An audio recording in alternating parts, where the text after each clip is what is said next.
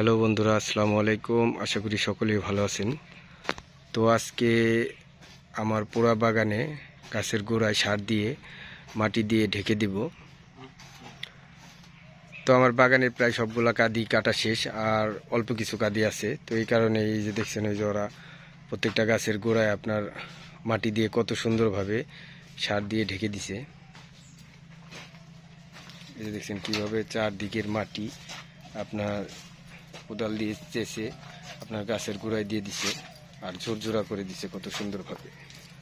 তো এইভাবে আমার পুরা বাগানেই আমি এই সার দিয়ে মাটি দিয়ে দিব।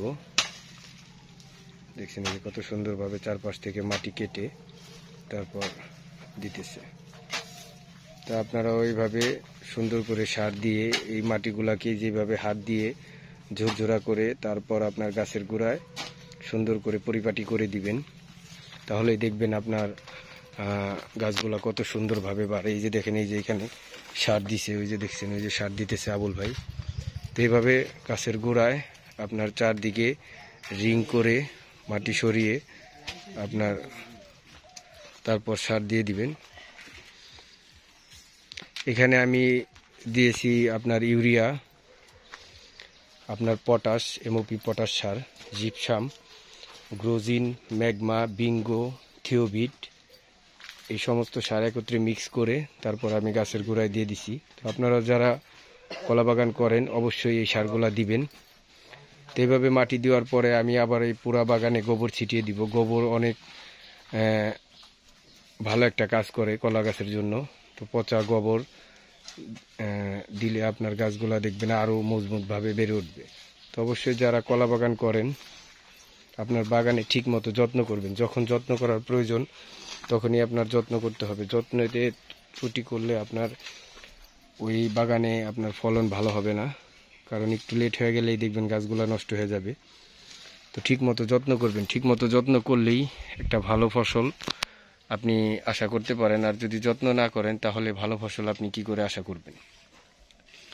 তো অবশ্যই কলা বাগান করার আগে আপনার এগুলা মাথায় রাখতে হবে যে একটা বাগানের যত্ন করতে হবে, বাগানের পিছে খরচ করতে হবে। তো এগুলা করে তারপর আপনি কলা বাগান করবেন, দেখবেন আপনি অনেক টাকা কলা বাগান করে ইনকাম করতে পারবেন। কলা বাগান যারা করে একবার, তারা আর এগুলা সহজে ছাড়ে না, কারণ এটা থেকে অনেক টাকা ইনকাম হয়। কলা চাষ অবশ্যই একটি লাভজনক ব্যবসা। আপনারা যারা বেকার ঘোরাফেরা করেন তারা কলা বাগান দিয়ে শুরু করেন, অবশ্যই দেখবেন সফলতা আসবেই। সৎ পথে যদি আপনি কিছু করেন তাহলে ওইটার সফলতা অবশ্যই আসবে। দেখছেন এই যে আমার কত বড় বাগান।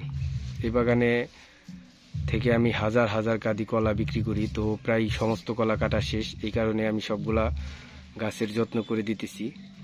সব গাছের গোড়ায় মাটি দিয়ে আমি কিছুদিনের ভিতরে আবার পানি দিয়ে দিব। তো এইভাবে যখন যেটা প্রয়োজন হয় সেটা দিয়ে বিদায় আমার কাঁদিগুলো অনেক বড় বড় হয়, আর আমি ভালো একটা দামে বিক্রি করতে পারি। তো আপনারা যারা কলা বাগান করেন অবশ্যই ঠিকমতো যত্ন করবেন।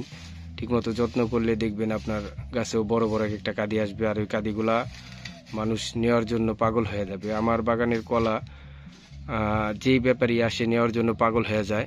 আমি যে দাম বলি ওই দামেই নেয়, কারণ জিনিস ভালো হলেই একটা মানুষ এসে নিতে চায়। আর যদি দেখে যে বাগানে কলা ভালো না, তাহলে কেউই দেখা গেছে নিতে চাইবে না, আর আউল ফল দাম বলবে। তো এই কারণে আপনার যত্ন করতে হবে। কলা বাগান করলে ঠিক মতো যদি যত্ন করেন তাহলে আপনি ওইখান থেকে অনেক টাকা ইনকাম করতে পারবেন। আর যদি যত্ন ঠিক মতো না করেন তাহলে দেখবেন আপনার যে টাকাগুলা ইনভেস্ট করছেন ওই টাকাগুলাই উঠতেছে না, কারণ ব্যাপারী ভালো কলা না হলে ওই কলাগুলা অল্প দাম বলবে, আর ওই টাকা আপনার গাছের পিছনে খরচই যাবে। তো এই কারণে কলা বাগান করলে অবশ্যই ঠিক মতো যত্ন করতে হবে। এই যে দেখেন এই বাগানে আমার